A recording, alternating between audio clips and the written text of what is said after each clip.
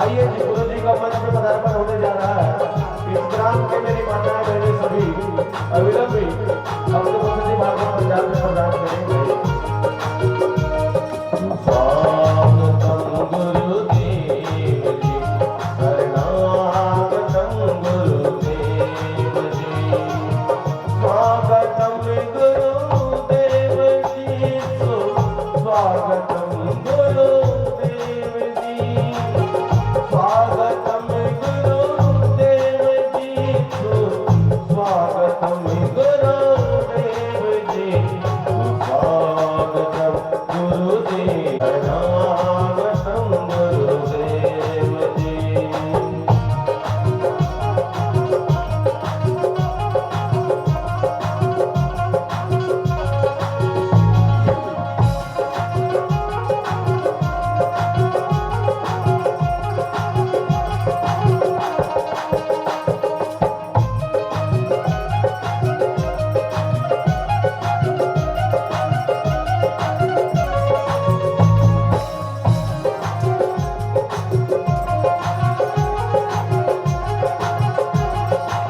गुरुर्ब्रह्मा गुरुर्विष्णु गुरुर्देवो महेश्वरा, गुरुर्साक्षात् परब्रह्म तस्मै श्री गुरुवे नमः।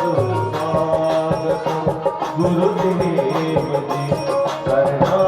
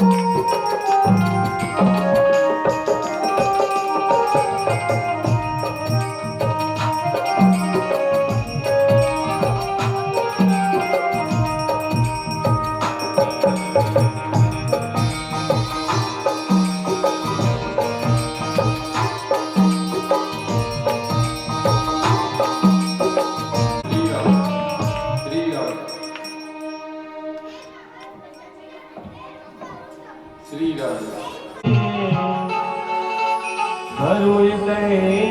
में ध्यान शरण पड़े की लाज रखो, हे बाल मुकुंद भगवान। कृपा के प्यारी तेरी आरती गाओ, कुंज बिहारी तेरी आरती गाओ, आरती प्यारी तेरी आरती गाओ, कुंज बिहारी तेरी आरती गाओ, आरती प्यारी तेरी आरती गाओ, कुंज बिहारी तेरी आरती गाओ, आरती बिहारी तेरी आरती गाओ, कुंज बिहारी तेरी आरती गाओ, आरती गाओ प्यारे, आरती गाओ प्यारे, तुझको मनाओ,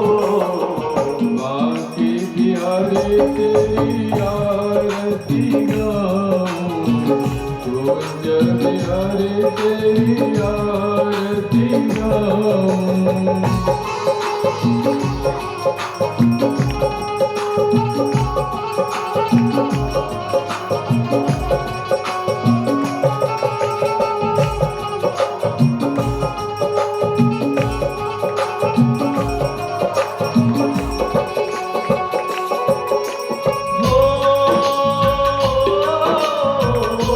मोरे मुकुट प्यारे, शीश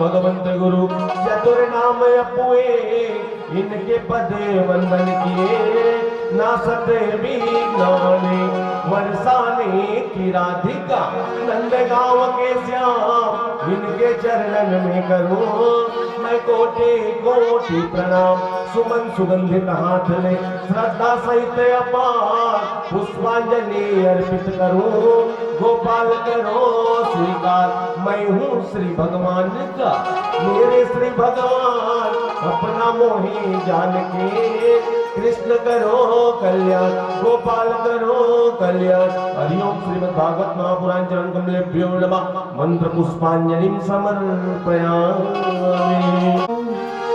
यत्र त्रिसर्गो अमृषा धामना स्वेन सदा निरस्तगोपं सत्यं परं धीमहि नारायणं नमस्कृत्य नरं चैव नरोत्तमं देवीं सरस्वतीं व्यास ततो जयमुदीरये ध्यानमूलं गुरुमूर्ते पूजामूलं गुरुपदं मन्त्रमूलं गुरुवाक्य मोक्षमूलं गुरुकृपा श्री राधा मेरी स्वामिनी मैं राधा तेरो दास जन्म जन्म मोहि दीजियो श्री वृंदावन धाम बरसाने की राधिका नंद गाँव के श्याम करूं मैं कोटि कोटि प्रणाम। सब कारण को छोड़ के मैं आयो तुम्हारे द्वार। ओह विश्वान की लाडली एक मेरी और निहार। राम रामे ते मन राम रामे मनोरमे सहस्रनाम तातुल्यम राम नाम वरानने। मनोजवम मारुतुल्य के साथ हुए और रुक्मणी के साथ भगवान कृष्ण का विवाह हुए, जो भीष्मक राजा की कन्या थी।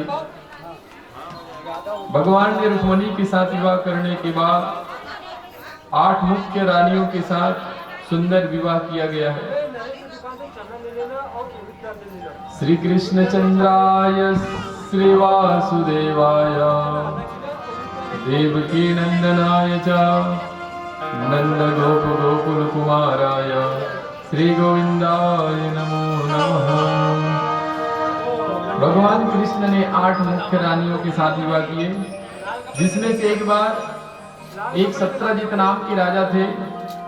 सत्रजित राजा भगवान सूर्य का उपासना करते थे और सूर्य का उपासना करने से भगवान सूर्यदेव प्रसन्न हो गए और प्रसन्न होने के बाद भगवान सूर्य ने एक श्यामंतक मणि प्रदान किए। राजा सत्रजित को जब भगवान सूर्य ने श्यामंतक मणि दिया गया तो श्यामंतक मणि को लेकर धन्य माने कि हे प्रभु, आपने मेरे जीवन को धन्य बना दिया। सूर्य की उपासना में ही श्यामंतक मणि मिले थे और वो भी कितने 8 भार सोना देते हैं रोज प्रतिदिन। वह श्यामंतक मणि कितने 8 भार सोना देते हैं। एक भार का मतलब होते हैं 20 तोला। एक भार का मतलब 20 तोला, मतलब 8 भार प्रतिदिन सोना देते हैं। अब सत्रजित राजा ने इस श्यामंतक मणि को लेकर अपने नगर में गए। नगर में जाने के बाद मन में सोचा कि एक बार चलो द्वारकाधीश के पास घूम के आते हैं, इसी मणि को धारण करते हुए। मन में ये विचार किया सत्रजित ने और उस मणि को अपने गले में धारण करते हुए भगवान द्वारकाधीश के पास चले गए। द्वारकाधीश उस समय सभा में बैठे हुए थे, जहां उन्होंने दूर से जब देखा तो सूर्य जैसे प्रकाशमान दिखाई दे रहे थे। सत्रजित राजा से पूछा कि हे राजन, आप अपने गले में क्या धारण करके आए हो? तभी राजा ने कहा, ये श्यामंतक मणि है और आज मुझे भगवान सूर्य ने इसी श्यामंतक मणि को प्रदान किया है, जो आज मैं गले में धारण करते हुए आपके पास आया हूँ। तो इसका इस श्यामंतक मणि का उपयोग क्या है? तो कहने लगे, प्रतिदिन 8 भार सोने देते हैं। भगवान द्वारकाधीश ने कहा कि हे सत्रजित राजन, अगर 8 भार सोना देते हैं तो इस सोने को एक बार आप प्रजाओं के कल्याण में लगाइए, प्रजाओं की भलाई में लगाइए। लेकिन सत्रजित राजा ने मना कर दिया। सत्रजित राजा कहने लगे, हे भगवान, यदि इतने तपस्या करके मैंने इसको पाया हूं तो मैं एक ही बार में प्रजाओं को कैसे दे दूं? मैं इस समय इस मणि को नहीं दे सकता। ये सोचकर गले में धारण करते करते सत्रजित राजा जो है अपने महल में आ गए। महल में आने के बाद देखा गया वो श्यामंतक मणि चमकते हुए सूर्य के समान दिखाई दे रहे थे। तभी उनका भाई थे प्रसेन ने भी अपने बड़े भाई सत्रजित राजा से कहा कि हे भाई, आज ये जो मणि धारण किए हो, एक बार मैं भी इसको धारण कर लूं तो मेरे गले में भी सुंदर दिखेंगे। एक बार आप ये मणि मुझे दे दीजिए।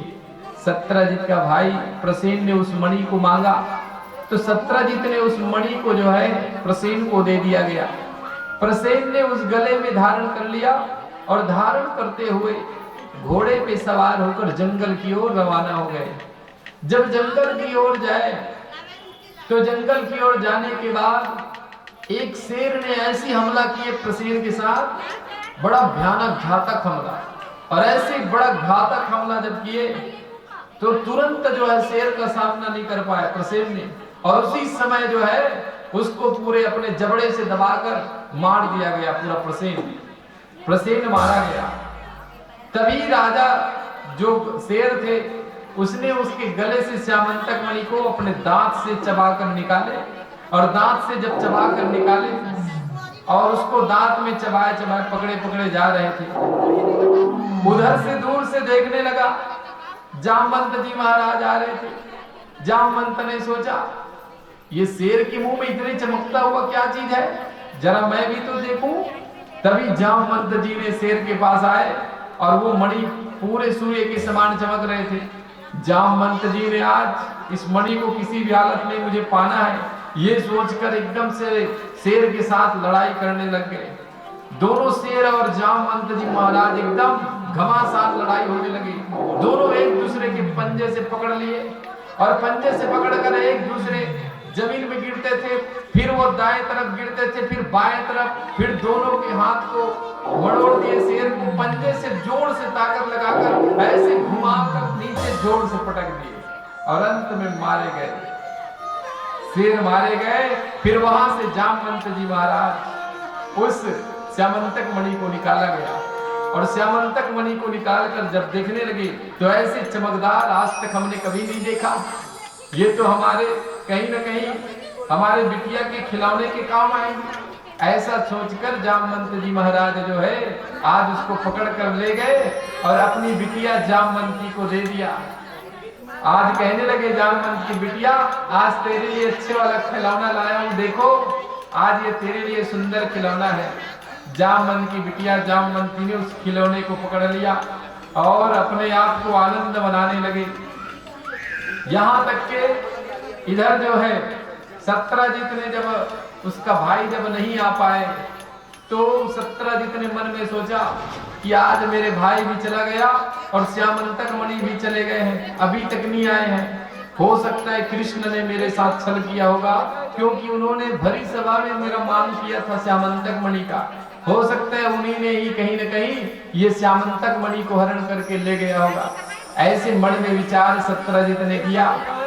तब धीरे धीरे ये बात जो है एक दूसरे को फैलाने लग गया। वहां की रानियां जो है चर्चा करते हुए कहने लगे कि कृष्ण ही आज प्रसेन को मारकर श्यामंतक मणि को ले गए हैं। ये भगवान कृष्ण को बदनामी करने लगा, लांछन लगा लिया, और ऐसी लांछन लगाने के कारण जगह जगह उनकी चर्चा करते गए और वहां की जितनी पटरानियां हैं भगवान कृष्ण को इंजाम लगा दिया। और इसी कारण कई जो है बात माताओं में भी देखा जाता है कि वो एक बात को नहीं पचा सकते, कहीं न कहीं मन से किसी एक दूसरे को बता भी देते हैं। ऐसा वहां की रानियों ने भी वो बात जब जानी तो मन में पचा नहीं पाए और कहीं न कहीं वो इंतजार किए, एक दिन इंतजार किए, 2 दिन इंतजार किए, तीसरे दिन में उसको दौड़ता है वो बात, चलो आज इसको बता दो कि ऐसे ऐसे हुआ है, कृष्ण ने श्यामंतक मणि को ले गए और प्रसेन को मार दिया है, पूरा हड़प लिया। ये माताओं का स्वभाव रहता है, तो कहीं न कहीं उनका मन में बात जो है पचता नहीं, इसीलिए पूरे भगवान के नगर में ढिंडोरा पिटा दिया कि आज कृष्ण ने मारकर श्यामंतक मणि को ले गया, भगवान को कलंक लगा दिया गया। इस बात को जब भगवान के कानों में पड़े तो भगवान सोचने लगा कि इन लोग जगह जगह मेरा बदनाम कर रहे, जगह जगह मेरा लांछन लगा रहे हैं। तो उसी समय आज भगवान जो है विचार करते हुए कहा कि आज मुझे ही पता लगाना पड़ेगा ये श्यामंतक मणि कहाँ गए हैं। स्वयं भगवान ने अपने दारुक सारथी को बैठाया और 3-4 लोगों को बैठाकर पता लगाने लगे। चलते चलते जंगल की ओर गए तो जंगल में जाने के बाद वहां उसका भाई प्रसेन मरे पड़े थे और वहीं पे वहां से शेर का हमला हुआ था तो उसके पंजे को निशान को देखा, पंजे की निशान जो है पूरा गुफा तक गया था और वहां पे जामवंत जी महाराज के भी पैर के निशान देखे। भगवान कृष्ण ने ध्यान लगाया कि हो सकता है यही है हमारे श्यामंतक मणि। तभी जो है अन्य साथियों को बाहर छोड़ दिया और भगवान जामवंत जी की गुफा में प्रवेश कर गए। जब प्रवेश करने लगे तो उसी समय जामवंत जी ने देखा और कहने लगे कहाँ आए हो भाई, इधर कहाँ घूम रहे हो। तो कहने लगे हमारे श्यामंतक मणि आपके पास है, इसीलिए हम उसको ले जाने के लिए आए हैं। जामवंत जी महाराज ने कहा पहले मेरे साथ लड़ाई करना पड़ेगा, पहले जब तक मेरे साथ लड़ाई नहीं करोगे तब तक हम इसको मणि को नहीं देंगे। चलिए पहले मेरे साथ युद्ध करो, अगर हार गए तो नहीं मिलेगा, जीत गए तो मिलेगा। ये दोनों बाजी लगाने लगे और दोनों में घमासान लड़ाई किया गया। ऐसी लड़ाई किया, दोनों में एक दूसरे से उठा के पटकने लगे, एक दूसरे से दाएं भाग फेंके, बाएं भाग फेंके, ऊपर उठाकर फेंके, नीचे जमीन पर फेंके, लेकिन दोनों बलशाली थे। अंत में भगवान का दिमाग खराब हो गया, उठा के सीधे जामवंत को पटक दिए। बोलो कृष्ण भगवान की जय। और उसके बाद जो है जामवंत जी कहने लगे प्रभु मैंने आपको पहचान लिया, आप वही हो मेरे त्रेता युग का राम जी, जो आज मैंने पहचान लिया। प्रभु आप मेरे वही हो, क्योंकि मेरे प्रभु के सिवाय मुझे कोई नहीं हरा सकता। बोले मेरे प्रभु के सिवाय मुझे कोई नहीं हरा सकता, और मेरे आप ही प्रभु हो, तभी आज ऐसे कारनामा करके दिखा दिए। तब भगवान को हाथ जोड़कर वंदन किए। भगवान ने कहा आपने उस समय वरदान मांगे थे, याद है आपको? जब लंका में रावण को मार कर आए थे तो सभी वानर सेनाओं को हमने पुरस्कार वितरण कर रहे थे, तो आपको भी पूछा था कि आपको क्या चाहिए। तब जामवंत जी ने उस समय अयोध्या में भगवान से मुलाकात करते हुए कहा था कि प्रभु एक बार तुम्हारे साथ लड़ना है, एक बार लड़ने का इच्छा हो रहे थे। तभी भगवान ने कहा देखिए इस समय स्वामी और दास अगर एक साथ लड़ेंगे तो ये शोभा नहीं आएंगे, हम एक आध बार आपसे समय निकालकर बिल्कुल देखेंगे, इस युग में तो नहीं कर सकते, अन्य युग में आपके साथ अवश्य लड़ाई करेंगे। ये बात जो है भगवान रामचंद्र जी ने जामवंत जी को समझाया था। तब यही बात और दिलाए कि आज हम लड़ने के लिए आए हैं, जो आपसे वचन दिया था उस वचन का हम पालन कर रहे हैं। जामवंत जी महाराज समझ गए हे प्रभु आप यहाँ पे आकर हमारे को दर्शन दे दिए, हमारा जीवन धन्य हो गया। भगवान ऐसे सुंदर स्तुति ज्ञान किए, पूजन किए, प्रार्थना किए भगवान का। और उसके बाद जामवंत जी भगवान को जो है अब एक श्यामंतक मणि को तो कन्या को दान कर दिए थे, तो वापस तो नहीं दे सकता मैं। तभी जामवंत जी ने कहा कि अब मेरी जामवंती कन्या है उनको भी ले लो, तभी मैं उनके साथ साथ आपको जामवंती को भी दे दूंगी। तो जामवंती को भी साथ में भगवान को दिया और उसके बाद श्यामंतक मणि को भी भगवान को दे दिया। ऐसे मतलब जामवंत जी महाराज ने जो है दान कर दिया गया। राधे राधे बोलना पड़ेगा, राधे जोर से बोल। श्री राधे। भगवान ने वहां से जामवंत महाराज जी का जो गुफा है ये आपको गुजरात में मिलेंगे। वहां जो है प्रभास क्षेत्र में इसका गुफा बना हुआ है जामवंत जी महाराज का, जो कुएं के अंदर से लेके अंदर तक जाते उसको गुफा आज भी वहां पे चित्र बना हुआ है उसकी गुफा में, जामवंत महाराज जी और भगवान कृष्ण का और श्यामंतक मणि को लेकर। ये गुजरात के जो है प्रभास क्षेत्र में पाया जाते हैं। बोलो कृष्ण भगवान की जय। वहां से जो है श्यामंतक मणि और जामवंत जी को जब लाए तो लाने के बाद इधर सत्यजित राजा थे, सत्यजित राजा को देने लगे लो भैया अब तेरी हम मणि जो है आपने जबरदस्ती हमको बदनाम कर दिए थे, लांछन लगा दिए थे, लो रखो अब संभालो तुम्हारे मणि को। ये जब मणि को भगवान ने वापस दिया गया तो आज सत्यजित शर्मिंदा हो गए, अपने आप को बेचैन करने लगी।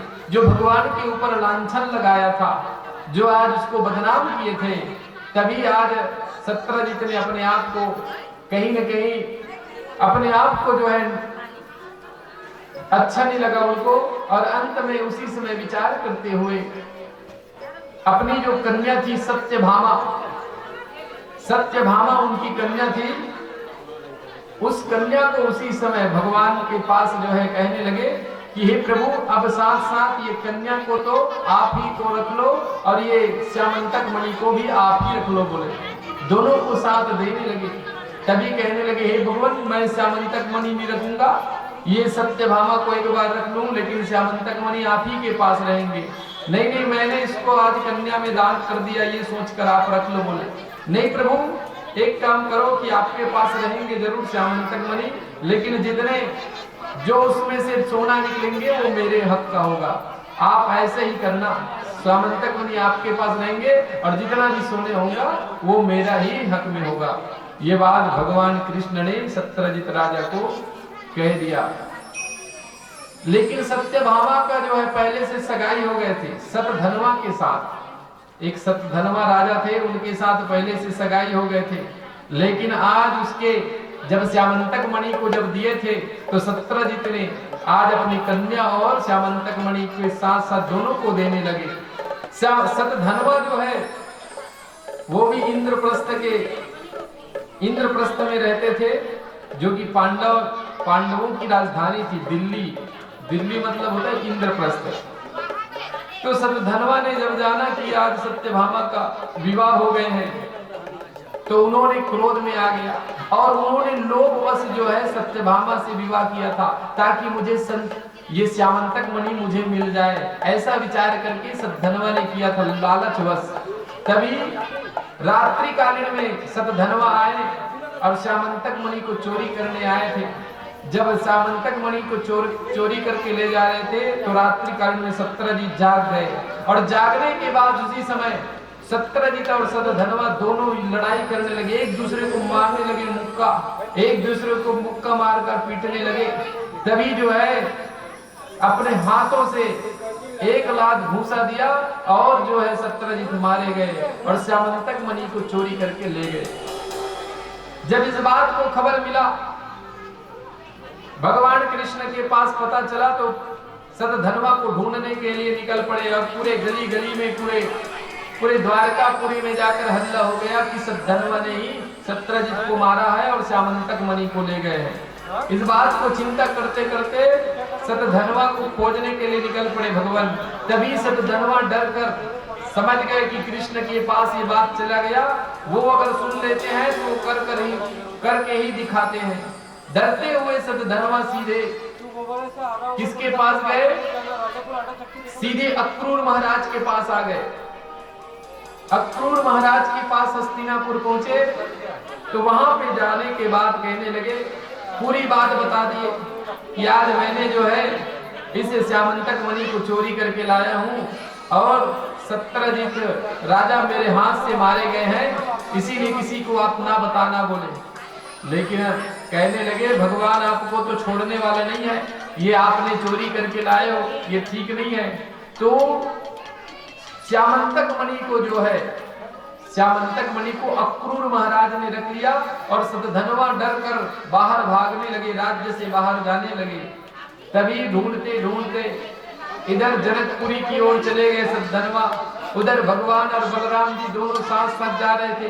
पीछे करते करते जब भगवान उसके पीछे दौड़ने लगे और उसी समय पहुंचाने के बाद एक घूसा जब लगाया सतधनवा को तो उसी समय सतधनवा जो है मारे गए भगवान के हाथों से। बोलो कृष्ण भगवान की जय, कृष्ण भगवान की जय। तभी वहां जाकर बलराम जी को कहने लगे कि आज सतधनवा मारे गए, लेकिन मुझे बताया नहीं कि श्यामंतक मणि कहाँ पे रखे हैं। इस बात को बलराम जी ने सोचा कि हो सकता है आज सतधनवा को मारकर प्रभु ने मुझे श्यामंतक मणि के बारे में नहीं बताया। तभी बलराम जी ने कहा कि यहाँ पास ही में जनकपुरी रहते हैं, जनक राजा रहते हैं, उन्हीं के पास हमको जाना चाहिए। कम से कम पास में आ गए तो जनक राजा का दर्शन कर लेते हैं। ये बात सोचकर जो है बलराम जी कहने लगे, लेकिन भगवान कृष्ण ने कहा ठीक है आपको जाना है तो जाओ, लेकिन मैं तो अभी नहीं जा पाऊंगा। ये सोचकर भगवान वापस आ गए और बलराम जी जो है जनकपुरी के पास गए।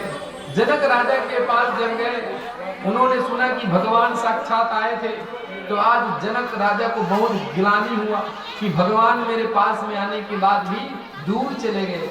आज उसको अपने आप से गिलानी लगा। तभी भगवान ने सोचा एक आध बार बीच में आऊंगा। उसी समय इधर दुर्योधन जो है, दुर्योधन बलराम जी को अकेले पाकर उनसे गुरु दीक्षा लेते हैं और गदा युद्ध करवाते हैं, अपने साथ उसको गदा में पारंगत करवाते हैं। बलराम जी को शिष्य गुरु धारण करते हुए आज दुर्योधन को गदा युद्ध पूरा बताया और गदा युद्ध बताने के बाद प्यारे उनके पास ऐसे ताकत आ गए।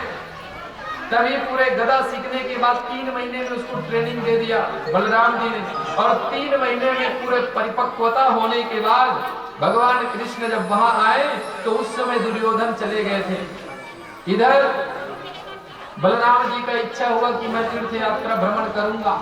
तीर्थ यात्रा करने के लिए सोचा बलराम जी ने, और उसी समय तीर्थ यात्रा के लिए निकल पड़े। जब बलराम जी तीर्थ यात्रा में जा रहे थे तब वहां नैमिषारण्य तीर्थ में पहुंचे, जहां सूत जी महाराज 88,000 ऋषियों को ज्ञान बता रहे थे। उसी समय जो है ज्ञान बताते हुए सूत जी महाराज जी का बलराम जी ने हत्या कर देते हैं, और जब हत्या करते हैं सूत जी महाराज का तो बलराम जी को ब्रह्म दोष लग जाता है। ब्रह्म दोष का जब पाप लगे तो उस समय प्रायश्चित करने के लिए समस्त ऋषिगण बलराम जी से बोलने लगे कि आपने ब्रह्म हत्या किया है, इसीलिए आपको ब्रह्म दोष लगेंगे। तो प्रायश्चित क्या करना चाहिए बलराम जी ने जब पूछा गया तो कहने लगे 88,000 ऋषियों ने, अगर आपको प्रायश्चित करना है तो समस्त तीर्थों में आपको भ्रमण करना पड़ेगा, और सभी तीर्थों में 1-1 महीना तक आप 1-1 महीना का ठहरते हुए भगवान का संकीर्तन करना होगा, भगवान का सत्संग करना पड़ेगा समस्त तीर्थों में, पूरे विश्व के तीर्थों में, तभी आपका ब्रह्म दोष का पाप जो है समाप्त होगा। ये बलराम को 88,000 ऋषियों ने बताया। तभी बलराम जो है समस्त तीर्थ में चले गए।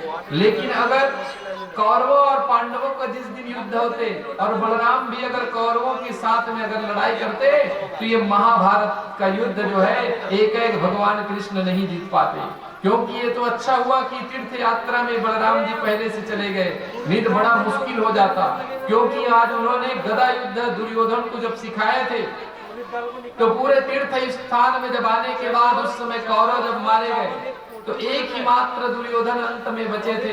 दुर्योधन ने जब अपने गुरु को देखने लगा तो उसी समय उसको ताकत मिल गया, बल मिल गया, और बल मिलने के बाद भगवान कृष्ण ने इशारा किया भीम को कि आपने वचन दिया था कि उसकी जंघा में जब मारोगे तो उसका प्राण निकल जाएगा और सुख दुख एक समान होंगे, तभी दुर्योधन मारे जाएंगे। इस प्रकार से बलराम को देखकर कुछ ताकत तो आया था दुर्योधन को, उसी समय जंघा में प्रहार किया बलराम ने और दुर्योधन जो है मारे गए। इस कारण जो है आज बलराम अगर होते तो युद्ध बड़ा मुश्किल होता, क्योंकि उनके जैसा ताकतवर, उनके जैसा बलशाली जो है बलराम के जैसा नहीं होते।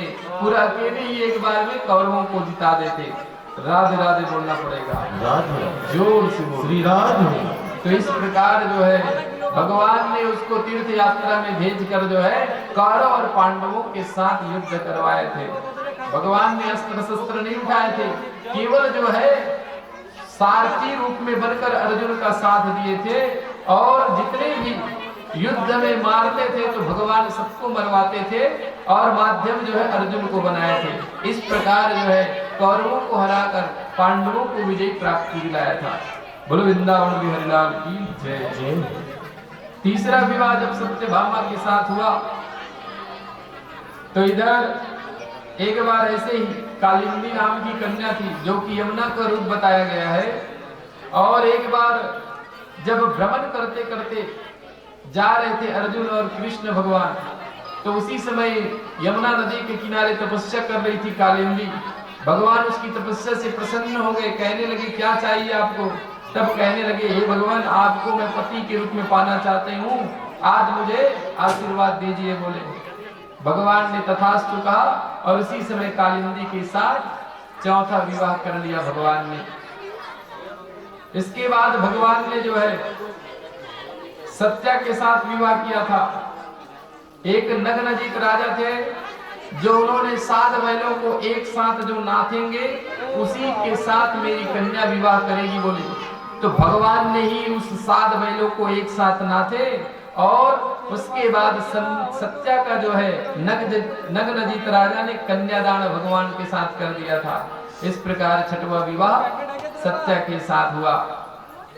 उसके बाद जो है लक्ष्मणा, कौशल देश की कन्या थी लक्ष्मणा, वहां जो है मत्स्य भेद किए थे भगवान ने, और एक जल को देखते हुए ऊपर बाण चलाकर मछली के नेत्रों में बाण चलाए थे, तो उनको देखकर जब निशाना जब भगवान कृष्ण ने बाण मारे मछली के नेत्र में, तो उसी समय सत्याजित के साथ उनके पिताजी ने उसका विवाह कराया था। मतलब लक्ष्मणा के साथ उनके पिताजी ने विवाह कराया था। इस प्रकार सातवीं कन्या लक्ष्मणा के साथ हुई। भद्रा के साथ हुए थे। भद्रा का विवाह जो उज्जैन में हुआ था, जहाँ पे स्वयंवर रचे हुए थे, और उस समय भगवान भी गए थे। तो पुष्पहार को जब देखने लगे तो भगवान वहीं पे राजा रूप में जाकर बैठ गए, और राजा को देखकर भद्रा ने ऐसी सुंदरता को देखकर उसी समय उनके गले में हार पहना दिया, वरमाला डाल दिए। इस प्रकार उसको स्वयंवर से जीत कर लाए थे भद्रा को। तो भगवान ने 8 मुख्य जो विवाह किया था, 16,000 कन्याओं का विवाह एक राजा थे, 16,000 कन्याओं के साथ विवाह किया था। एक ऐसे राजा थे जो भगवान के विवाह जो है करवाए थे। एक बार नरकासुर दैत्य नाम था उसका, मतलब उसको नरकासुर को भौमासुर भी कहा जाता है। नरकासुर और भौमासुर एक ही है। जो नरक चतुर्दशी मनाते हैं दीपावली के दिन, उसी दिन भगवान ने उसका वध किया था। इसके पक्ष में भगवान ने वहां से वही भौमासुर से जो है, जब 16,000 कन्याओं को एकत्रित करके बंदी बना के रखा था, तो सारे कन्याओं ने भगवान को पुकार किए थे कि हे भगवान, अब कहीं न कहीं हम आपसे आश्रित हैं, कृपा करके आप हमें कल्याण करो। बोले सारे कन्याओं ने जब पुकार किए कि ये आज भौमासुर दैत्य हमको आज तकलीफ दे रहे हैं, न यहाँ पहनने के लिए वस्त्र है, न भूखकर खाने के लिए भोजन है, या ऐसी तकलीफ में हमको डाल दिए। भगवान अब आप ही आओ, हमारे कल्याण करो, हमारी पुकार को सुनो। जब 16,000 कन्याओं ने उस कारागार में भगवान का ध्यान चिंतन किया, तभी भगवान वहां पे पहुंचे। और पहुंचने के बाद जब भौमासुर दैत्य के साथ लड़ाई किया तो भौमासुर नहीं मरते थे। उसी समय सत्यभामा जो भूमि का अवतार थे, उनको वरदान था कि भौमासुर को जब तक मर जाने बोलेंगे तब तक वो नहीं मरने वाले। तो भौमासुर के साथ जब भगवान का लड़ाई हुआ, कई जगह छेद हो गए भगवान का, तब उसी समय श्राप दिया सत्यभामा ने, जाओ तुमने मेरे स्वामी को जो है आज मारने का प्रयास किया, इसीलिए अब तुम मेरे स्वामी के हाथों मारे जाओगे। जब ये श्राप दिया सत्यभामा ने, तो उसी समय जो है भौमासुर का वध किया भगवान ने, और भगवान के हाथों भौमासुर मारे गए। बोलो कृष्ण भगवान की जय। और वहां से 16,000 कन्याओं को एकत्रित करके निकाले। 16,000 कन्याओं के लिए राजकुमार ढूंढने लगे, तो सारे राजकुमारों ने मना कर दिया। और मना करने के बाद भगवान से ही कहने लगे कि हे प्रभु, अब कोई हमें स्वीकार नहीं करेंगे, आप ही हमको स्वीकार कर लो। बोले 16,000 कन्याओं ने भगवान को कहा कि आप ही को पति बनाएंगे, आप ही स्वीकार करो, आप ही हमारे स्वामी हो। 16,000 कन्याओं को स्वीकार भगवान ने उसी समय किया, और एक साथ 16,000 कन्याओं के साथ 7 फेरा लिए। और 7 फेरा लेने के बाद भगवान ने उन कन्याओं को अपने पास में द्वारकापुरी नगरी में रखा। द्वारकापुरी नगरी में एक एक कन्याओं को एक एक बड़ा बड़ा महल दिए थे भगवान ने, एक एक कन्याओं को। एक बार नारद जी ने भी परीक्षा लेने के लिए गया, जब 16,000 कन्याओं को कैसे रखते होंगे भगवान। तो नारद जी जब परीक्षा लेने के लिए गए, तो वहां प्रत्येक रुक्मणी के साथ भी कृष्ण को देखा, वहां बैठकर भोजन कर रहे थे। नारद जी को कहा, कैसे नारद जी कैसे आना हुआ? बस प्रभु ऐसी भ्रमण कर रहे हैं। बोले तभी भोजन कर लो। बोले नहीं प्रभु, भ्रमण करने आए थे। फिर दूसरे कक्ष में गया, सत्यभामा कक्ष में जब गए तो उस समय भगवान जो है शयन कर रहे थे, वहां भी देखकर बुलाने लगे नारद जी को, तो वहां से चले गए। फिर तीसरे कक्ष में गए, जामवंती जी के पास भगवान जो है स्नान कर रहे थे, वहां भी भगवान को देखा। ऐसे करते करते सब पटरानियों के जगह में भगवान कृष्ण को देखने लगे। इस प्रकार पूरा कृष्ण कृष्ण हो गए प्यारे। तभी तो कहा जाता है, कृष्ण कहने से तर जाएगा, कृष्ण कहने से तर जाएगा, पार भव से उतर जाएगा, पार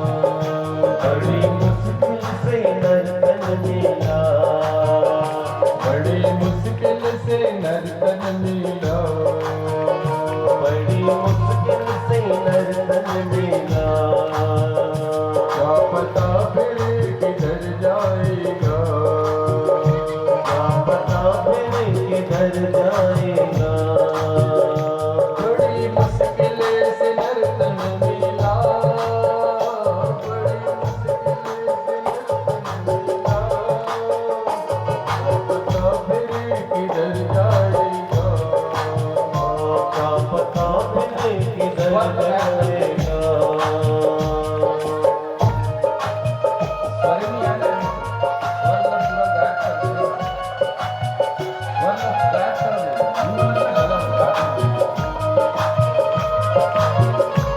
श्री राम, श्री राम, श्री राम।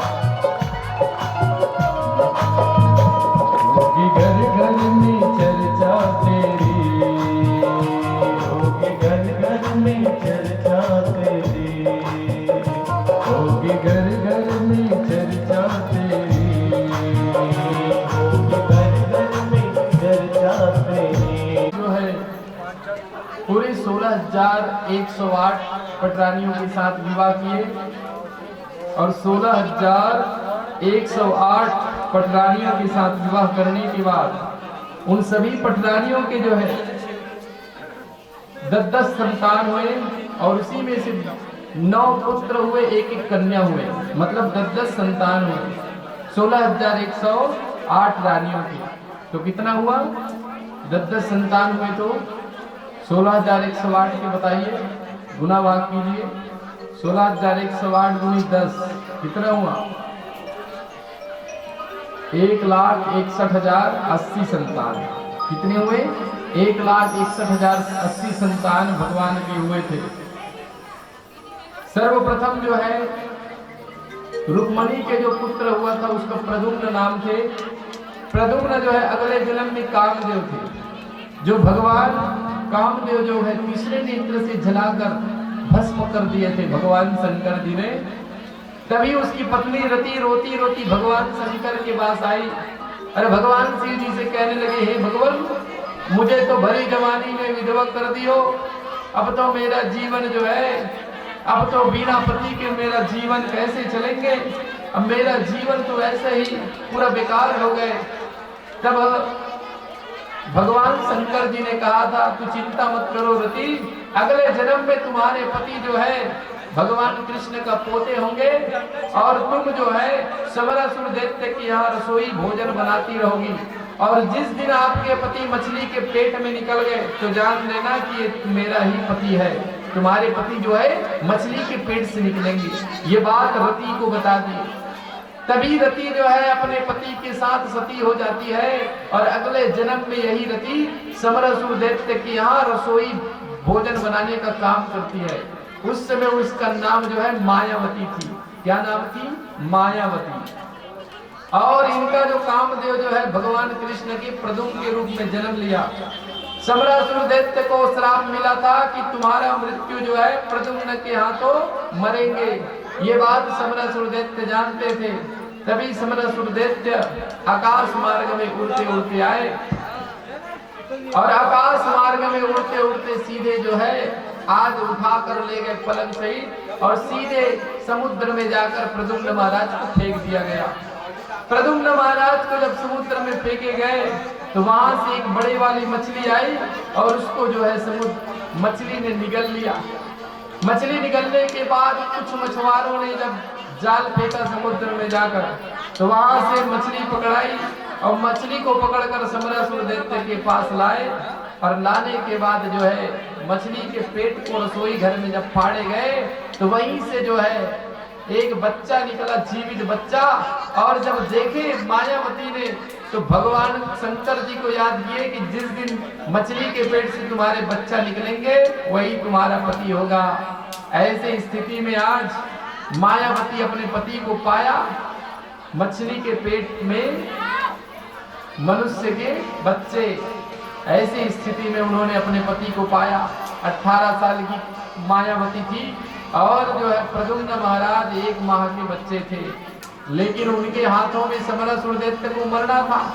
लेकिन जैसी मछली के पेट से बाहर आए तो तुरंत वो भी उनका शरीर बढ़ गए।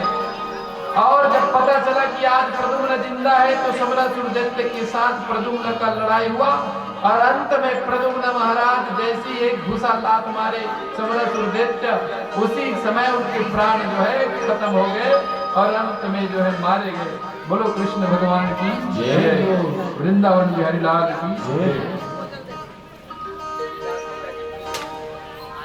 यहाँ तक के भगवान ने आगे जो है और लीला करते हुए कहने लगे, देखिए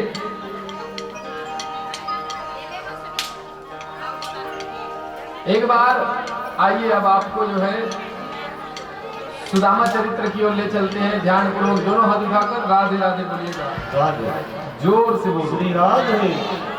आइए सुदामा चरित्र की ओर चलते हैं। देखिए पोरबंदर गांव में एक सुदामा नाम के परम पूजनीय श्रद्धेय ब्राह्मण थे। सुदामा नाम के ब्राह्मण थे। उनकी पत्नी का नाम थी सुशीला और उनका भी 3-4 बच्चे थे। यहाँ तक के सुदामा जो है प्रतिदिन भगवान कृष्ण का अयाचक व्रत करते थे। अयाचक मतलब भगवान से कोई याचना नहीं, भगवान से कोई याचना नहीं करते थे। यहाँ तक कि उनके लिए उनके जो वस्त्र थे, एक वस्त्र थे धोती, वो भी फटे हुए थे और सुशीला एक ही साड़ी में रहती थी। दोनों जो है जीवन यापन कर रहे थे। तभी अकाल पड़ने लगे और अकाल पड़ने के कारण सुदामा ऐसे ही जाकर सत्संग करते थे और सत्संग में जो भी कुछ मिल जाते थे उसी से अपना जीवन यापन करते थे। जो भी दाल चावल मिल जाए उसी से अपना जीवन यापन चलाते थे सुदामा। तभी ऐसे दिवस आए कि एक समय आज सुदामा जी को दान में जब कुछ नहीं मिला तो उस समय सुशीला व्याकुल हो गई। अब घर में एक भी अन्न नहीं है, यहाँ तक के बच्चे जो है भूखा सो रहे हैं, उनके लिए खाने का कुछ भी व्यवस्था नहीं किया गया है। और ऐसे स्थिति में हमारे बच्चे कैसे रहेंगे, ये जानकर जो है आज सुशीला व्याकुल हो गई और चिंता करते हुए अपने पति सुदामा से कहने लगे कि हे स्वामी, आज बहुत बड़ी आफत आ गई है। आज कम से कम घर में एक भी अन्न का दाने नहीं है। चलो हमारे लिए नहीं होते तो ठीक रहता, लेकिन आज हमारे बच्चे के लिए भी अन्न ग्रहण करने के लिए ग्रास भी नहीं है। और ऐसे स्थिति में आज हम कैसे खुशी रह सकते हैं। यहाँ तक कि 5 दिन बीत गए, केवल जल पी कर ही मेरे बच्चे अपना जीवन यापन कर रहे हैं। हे स्वामी, कुछ भी तरह से आप आज मेरे बेटों के लिए अन्न की व्यवस्था करो। सुदामा ने कहा, मैंने सत्संग जाकर प्रयास किया, वहां सत्संग सुनाया सभी भक्तों को, लेकिन किसी भक्तों ने भी अन्न नहीं चढ़ाया, तो मेरा क्या गलती है बताओ ना। मैंने तो भगवान का कथा सुनाया, भगवान का भजन सुनाया, भगवान का कीर्तन कराया, लेकिन किसी ने भी एक अन्न का दान नहीं किया, तो मैं क्या कर सकता हूँ इसमें। आज तक तो कभी किसी से मैं नहीं मांगा, ना मैं मांग पाऊंगा। सुदामा ने सुशीला से कहा, तो सुशीला ने कहा कि हे स्वामी, आपके एक बार द्वारकाधीश के पास जाओ, वो तो तुम्हारे बचपना का मित्र है। यदि उनके पास अगर जाओगे तो तुम्हें खाली नहीं देगा। उनके पास राजाधिराज है, उनके पास अन्न धन जल की कोई कमी नहीं है। एक बार अगर आप जाओ उनके पास तो आज हमारे जीवन सार्थक हो जाएगा। तो कहने लगे सुशीला से कि हे सुशीला, आज तक मेरे मित्र कृष्ण से कभी मांग नहीं किया हूँ, न मैं आगे मांग पाऊंगा। मैं जीवन में कभी उससे मांग भी खाया नहीं हूँ, इसीलिए मुझसे नहीं हो पाएगा। और आप जाने के लिए बोल रहे हो, जाने के लिए तो चला जाऊंगा, लेकिन मैं खाली कभी नहीं जाऊंगा। मैं कुछ न कुछ वस्तु लेकर अवश्य जाऊंगा। क्या है आपके पास वस्तु में? तो सुशीला ने घर में देखने लगे तो कुछ भी नहीं था उसके पास। तभी सुशीला मन में सोची, आज स्वयं कुछ न कुछ मैं भी भिक्षा मांग के जो भी मिलेगा उसी को आप लेकर जाना। सुशीला ने आज अपने स्वामी की बात सुनकर भिक्षा मांगने के लिए गया। 7 घरों में भिक्षा मांगा सुशीला ने और 7 घरों में थोड़ा थोड़ा उसको चावल दिया गया। चावल मिलने के बाद उसी को गठरी बनाई सुशीला ने अपनी साड़ी को फाड़कर और आज अपने पति स्वामी को देने लगे कि हे स्वामी, आप खाली हाथ ना जाकर कम से कम इस अन्न को लेकर जाना, कहीं न कहीं आपके द्वारकाधीश अवश्य प्रसन्न होंगे। इस बात को बोलकर सुशीला अपने स्वामी को प्रणाम किए। तभी सुदामा जी कहने लगे कि हे सुशीला, आज मुझे जाने के लिए प्रेरित कर रहे हो, ठीक है, मैं आज बच्चों की खातिर चले ही जाता हूँ, लेकिन आप बच्चे को अच्छे से रखना, अपना ख्याल रखना। आज इतना दूर जा रहा हूँ तो आज कहीं न कहीं अच्छे से देखभाल करना मुझे। आज सुदामा जो है अपनी पत्नी सुशीला को समझाकर घर से उस पोटली को लेकर निकल पड़े। जैसे ही आज सुदामा हाथों में एक लाठी थे और एक उसके धोती में पोटली बंधाए थे और उसको ले जा रहे थे प्यारे। जैसे ही आज चलते चलते जा रहे थे रास्ते में, तो रास्ते में जो है बीच रास्ते में उन्होंने थकान हुआ। थकान होने के बाद पीपल वृक्ष में जाकर लेट गए। लेटने के बाद उधर से भगवान कृष्ण देख रहे हैं कि इतने वर्षों के बाद मेरे मित्र मुझसे मिलने के लिए आए हैं। 80 वर्ष के बाद मेरे मित्र मुझसे मिलने के लिए आए हैं। उसी समय भगवान कृष्ण ने गरुड़ को कहा कि हे गरुड़, जाओ, मेरे मित्र इतने दूर से आ रहे हैं, कम से कम उसको पीठ पर चढ़ा के लाना। भगवान कृष्ण का आदेश मानकर गरुड़ सीधे पहुंच गए सुदामा के पास और सुदामा को सीधे अपने पीठ पर चढ़ाए और आकाश में उड़ते उड़ते सीधे द्वारिकापुरी में पहुंच गए प्यारे। द्वारिकापुरी में पहुंचने के बाद जब नींद से जागा, जागने के बाद देखा कि यहाँ बड़े बड़े महल है, बड़े बड़े अटारी हैं। ऐसे देखते हुए सुदामा में सोच में पड़ गया कि मैं कहाँ पे आ गया हूँ। पता लगाया कि यही द्वारिकापुरी है। तब द्वारिकापुरी को देखकर अचंभित हुए सुदामा, इतना बड़े बड़े हमने महल कभी नहीं देखा था। सुदामा ने थोड़ी देर बाद पता लगाया कि हमारे द्वारिकाधीश कहाँ रहते हैं। तो उसके पास ही एक महल थे, वहां से कुछ सेवकों ने बताया कि यही कृष्ण का महल है। तो उसी महल के पास मेन दरवाजे में चला गया सुदामा। और सुदामा ने जब मेन दरवाजे के पास गए तो वहां द्वारपाल खड़े थे। द्वारपालों से कहा कि हे द्वारपालों, आज मैं कृष्ण से मिलने के लिए आया हूँ, कृष्ण का महल तो यही है ना?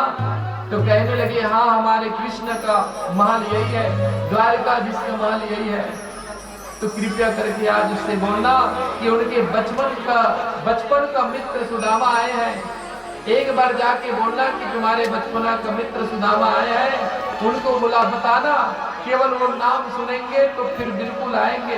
एक बार जाकर जरूर बताना उनसे। ये बात जो है द्वारपालों से कहा प्यारे। द्वारपालों ने यकीन नहीं कर रहे थे, उसी समय उसको दान देकर विदा कर रहे थे, लेकिन जिद किया। कहने लगे, द्वारपालों ने देखा कि फटे हाथ धोती पहने हुए हैं और ना जाने दिखाई तो ऐसे दे रहे हैं, हालांकि मुखार भी उनका तेज थे और फटे हुए धोती पहनकर ऐसी पोटली को लेकर आ रहे हैं। द्वारपालों ने सोचा कहीं न कहीं भिखारी है, कहां से इनको खबर मिल गया कि राजा यही रहते हैं। तो उन्होंने मना कर रहे थे बताने के लिए। फिर दोबारा सुदामा ने जिद किया, एक बार जाओ और बता के आओ तुम्हारे राजा को कि तुम्हारे बचपना का मित्र सुदामा आए हैं, इतना ही बोलना। अंत में उन द्वारपालों ने कहा कि बता ही देते हैं अंदर में जाकर खबर। ये सोचकर द्वारपाल में चले गए।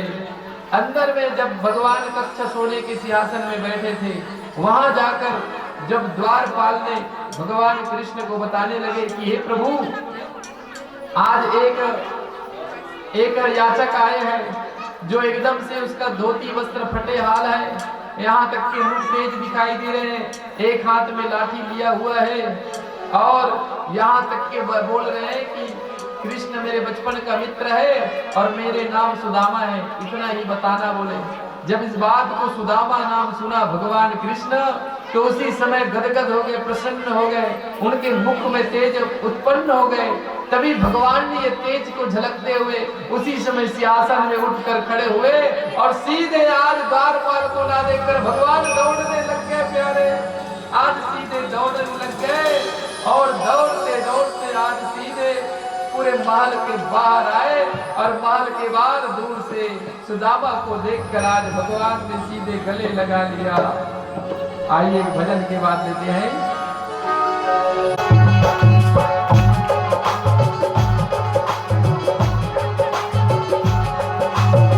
हरे द्वारपालो कन्हैया से कह दो, हरे द्वारपालो कन्हैया से कह दो, मिलने सुदामा गरीब आ गया, मिलने सुदामा गरीब आ गया।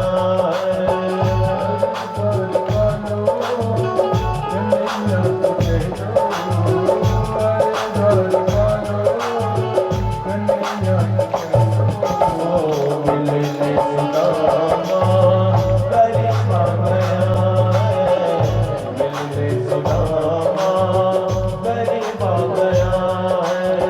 भटकते भटकते न जाने कहाँ से, भटकते भटकते न जाने कहाँ से, तुम्हारी महले के करीब आ गया है। तुम्हारी महले के करीब आ गया है। हरेदार पालो कन्हैया से कह दो, हरेदार पालो कन्हैया से कह दो, मिलने सुदामा करीब आ गया है। मिलने सुदामा करीब आ गया है।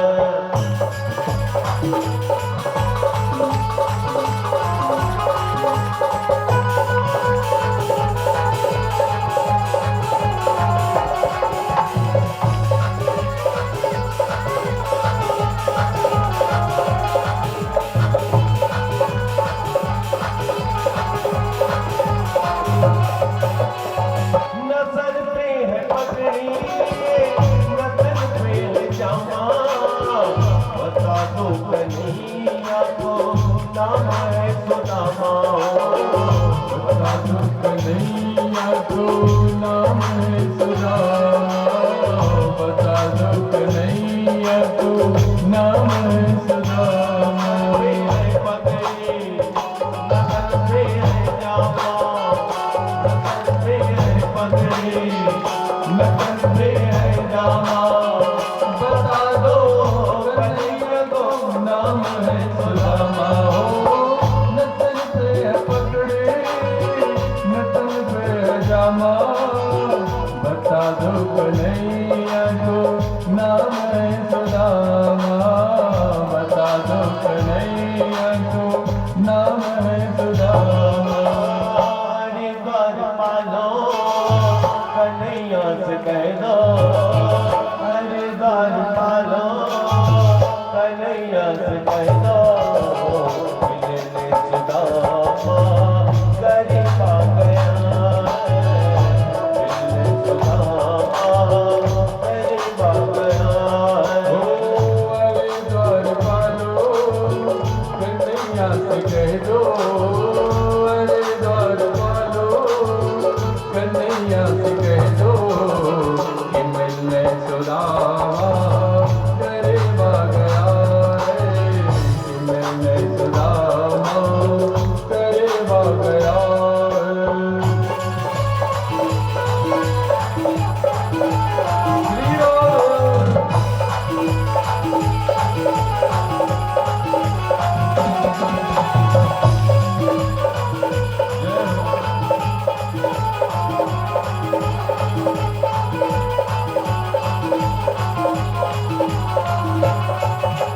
दोस्ती इम्तिहान लेती है, दोस्ती इम्तिहान लेती है, दोस्ती इम्तिहान लेती है।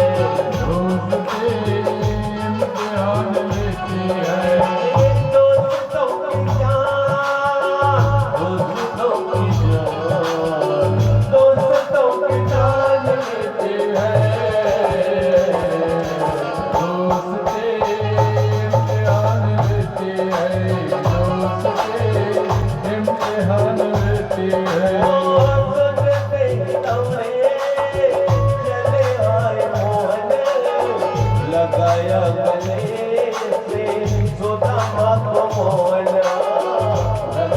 मोहन लगाया गले से सुदामा को मोहन, हो लगाया गले से सुदामा को मोहन। सुनते ही दौड़े चले आए मोहन, लगाया गले से सुदामा को मोहन। सुनते थे सुदामा को मोहन, हो लगाया गले से सुदामा को मोहन।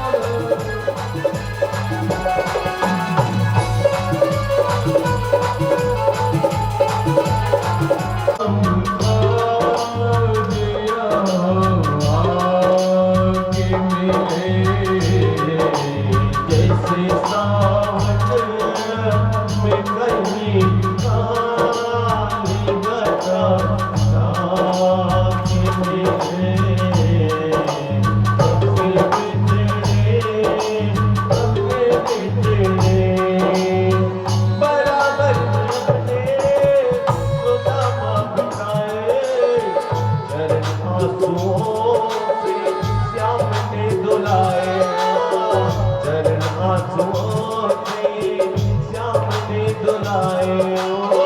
बराबर में अपने सुदामा बिताए, चरण आंसुओं को श्याम ने धुलाए हो, चरण आंसुओं को श्याम ने धुलाए। हुआ रुक्मणी को बहुत ही अचंभा, हुआ रुक्मणी को बहुत ही अचंभा, मेहमान कैसा बने पा गया, ऐसा दीवा गया है। अरे द्वार पालो कन्हैया से कह दो, अरे द्वार पालो कन्हैया से कह दो कि मिलने सुदामा करेगा गया रे, कि मिलने सुदामा करेगा गया रे। दोस्त ने इम्तिहान लेती है, दोस्त इम्तिहान लेती है, दोस्तों की जान, दोस्तों की जान, दोस्तों की जान लेती है, दोस्त इम्तिहान लेती है, दोस्त इम्तिहान लेती है, दोस्त इम्तिहान लेती है, दोस्त इम्तिहान लेती है। राधे राधे। जोर मुझे राधे बोलो भागवत मोहन जय हो, वृंदावन के हृदय की जय हो। सुदामा जो है, जब भगवान ने सुदामा नाम सुने तो आज अपने सोने के सिंहासन से दौड़ते दौड़ते सीधा आ गए प्यारे, और आकर जब सुदामा को देखा तो सुदामा कुछ क्षण के लिए लौटकर वापस जा रहे थे। कहते हैं कि सुदामा देखते देखते बहुत विलंब जब होते हैं तो सुदामा वापस लौटते हैं, लेकिन जब सुदामा को दूर से भगवान ने देखा तो दौड़ कर आकर भगवान ने सुदामा को गले लगा लिया। और ऐसे भगवान ने जब गले लगाए तो आज भगवान कह रहे हैं कि हे मित्र, इतने वर्षों के बाद तूने याद किया, आज इतने वर्षों के बाद मेरे पास आए हो। कहने लगे मित्र, ऐसा कोई पल नहीं है जिसको मैं आपको याद ना करूं। प्रत्येक श्वासों में केवल कृष्ण ही नाम है, प्रत्येक श्वासों में ऐसा कोई श्वास नहीं है जिसमें मैं आपके कृष्ण का नाम ना लूं। प्रत्येक श्वासों में तुम्हारा नाम लूं कन्हैया। ऐसे अपने मित्र को बताने लगे सुदामा। आज भगवान ने ऐसे मित्र को गले लगाया, इतने वर्षों के बाद तूने दिखाई दियो मित्र। कम से कम बीच में तो एक बार चले आते, हम याद रोज करते हैं आपको। आज इतने दिनों के बाद आपका दर्शन हुआ मित्र। जो बचपना में गुरुकुल में हम पढ़ाई करते थे एक साथ, जो इतने वर्षों के बाद आज मिलन हुआ, दोनों में आज आनंद छा गए। भगवान ने अपने कक्ष में ले गए और ले चलते चलते जो है अपने सोने के सिंहासन में बैठाए प्यारे। बैठाने के बाद उनका इतने दूर से आए हैं, जैसे ही आज इसका सेवा कर रहे थे, अचानक भगवान कृष्ण के हाथ नीचे तलवे पे चला गया। तलवे में देखा तो बहुत सारे कांटे गड़े थे, और कांटे जब गड़े थे तो उसी समय आज एकदम सोच में पड़ गए भगवान कृष्ण। बाप रे बाप, आज मेरे लिए इतने दूर तक पैदल आए और इससे कांटों में उनका पैर है। आज भगवान के विवश होने लगे प्यारे। उसी समय रोहिणी रुक्मणी को कहने लगे, जाओ इनके लिए सुई लाओ, मैं कांटे निकालूंगा। तो सुई को लाने में विलंब लगा दिए रुक्मणी जी ने। तभी भगवान ने सोचा अब उतने देर तक तो कहीं ना कहीं मैं ही कांटे को निकालूंगा। ये सोचकर भगवान ने अपने दांतों से जो है अपने मित्र के आज दांतों से निकाले प्यारे कांटे को। जैसे आज दांतों से निकालने लगे तो आज उसके पैर से रक्त भी निकलना शुरू हो गया, और रक्त जब निकलने लगे प्यारे तो आज भगवान के नेत्रों के आंसू जल आज गिरने लगे। और ऐसे नेत्रों के आंसू के जल जब भगवान का गिरने लगे तो पूरे आज उसके नयन अस्त्र से आज सुदामा के चरण को पूरे स्नान करवा दिए प्यारे। ऐसे नयन अस्त्रों से भगवान ने आज अपने सुदामा अपने मित्र के चरणों को स्नान कराए। देखी सुदामा की दीन दशा, करुणा करके करुणा निधि रोए। पानी परत को हाथ छुओ नहीं, नैनन के जल सुपग धोए। देखी सुदामा के दीन दशा, देखी सुदामा के दीन दशा, करुणा करके करुणा निधि रोए। पानी परत को हाथ छुओ नहीं, नैनन के जल सुपग धोए। पानी परत को हाथ छुओ नहीं, नैनन के जल सुपग धोए। भगवान ने अपने आंसुओं से प्यारे ऐसे उसके नयनों से जल को धोए। आज प्रभु के ऐसे प्रेम को देखकर सुदामा अत्यधिक विभल हो गए। पूरे अपने दांतों से कांटे निकाले प्यारे। ऐसा कौन बिरला मित्र हो सकते हैं जिनके पैरों के कांटे को अपने मुख से निकाल दे। केवल भगवान ही ऐसा है प्यारे, जो आज उनके साथ अगर प्रीति करोगे तो किसी भी तरह से आज तुम्हारे लिए मदद करने के लिए भगवान कोई भी रूप में आकर तुम्हारी मदद करेंगे। भगवान किसी भी रूप में आ सकते हैं। भगवान ऐसा नहीं कि उसी रूप में मिलेंगे, वो कोई भी, चाहे वो मनुष्य रूप भी धारण कर सकते हैं, चाहे वो जानवर का भी रूप धारण कर सकते। कोई भी रूप में आपका मदद करे, वही तुम्हारे कृष्ण है प्यारे, वही तुम्हारे कृष्ण है। राधे राधे बोलना पड़ेगा, राधे जोर से श्री राधे। ऐसे नैनों से अश्रु से स्नान कराया। यहाँ तक कि भगवान के पूरे फटे हाल वस्त्र से भगवान ने अपने हाथों से सुदामा को स्नान कराए और उसको चरणों के स्नान से भगवान ने उसके चरण का स्नान जब कराए तो उसके भगवान ने चरणों को जो है अपने मस्तक पे रखने लगे।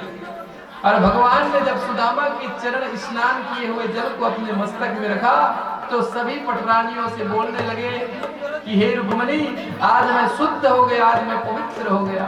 देखिए, एक ब्राह्मण के चरण को स्नान के जल को जो है भगवान कृष्ण ने रखा और अपने आप को पवित्र मान रहे हैं। और यहाँ दुनिया वाले लोग भगवान का चिंतन कर रहे हैं, लेकिन एक ब्राह्मण के चरण को धूल को चरण को चरणामृत रखकर अपने आप को पवित्र मान रहे। इतने त्रिलोकीनाथ भगवान जो उनका गुणगान करते हो, तो कहीं न कहीं आपके जीवन में अगर प्यारे कोई भी ब्राह्मण आपके घर में चला जाए तो आपका घर तीर्थ स्थान बन जाता है। इसीलिए ब्राह्मण गुरु देवताओं को जो है अपने घरों में बुलाना चाहिए ताकि तुम्हारा घर भी तीर्थ स्थान बन जाए। उनके जाते उनकी चरण जब आपके घर में रखा जाए तो आपका महल जो है तीर्थ स्थान बन जाए। आज स्वयं भगवान इतने बड़े त्रिलोकीनाथ ने उनके चरणों को मस्तक में रखा। यहाँ तक कि सभी पटरानियों को आज अब उसके मकान में जो है छिड़काव की, अपने जल को जो है चारों तरफ स्नान करवाए। ऐसे भगवान त्रिलोकीनाथ ने सुदामा का सुंदर सेवा करने लगे, अपने हाथों से स्नान कराए सुदामा का। यहाँ तक कि अपना पीताम्बरी वस्त्र को सुदामा को पहनाया और उसके बाद अपने रानियों से कहने लगे कि जाओ, मेरे मित्र इतने वर्षों के बाद आए हैं, उनके लिए 56 भोजन तैयार करो। मेरे मित्र इतने वर्षों के बाद आए हैं। आज सभी रुक्मणी, जामवंती, सत्यभामा, मित्रविंदा, सत्यभद्रा सभी पटरानियों ने जो है आज सुदामा के लिए 56 भोजन तैयार किए और 56 भोजन तैयार करके बड़े प्रेम से सुदामा खाने लगे। ऐसे आज उनके प्रति ऐसे प्रेम स्नेह थे प्यारे, जो आज सुदामा ने 56 भोजन खाते हुए गदगद हो गए। तभी भगवान ने अंतिम में जो है पूछने लगे कि मेरे लिए क्या लाए हो। सुदामा ने कहा, कुछ नहीं लाया हूँ प्रभु, मैं कुछ न कुछ तो लाया हूँ, मुझे बता नहीं रहे हो क्या लाया हो, मेरे लिए बताओ। सुदामा ने कहा, मित्र इतना वर्षों के बाद मिले हैं, अब हमारा मित्र का मिलन ही सबसे बड़ा तोहफा है, और मेरे पास क्या है। नहीं, मेरे लिए कुछ लाए हो बोले।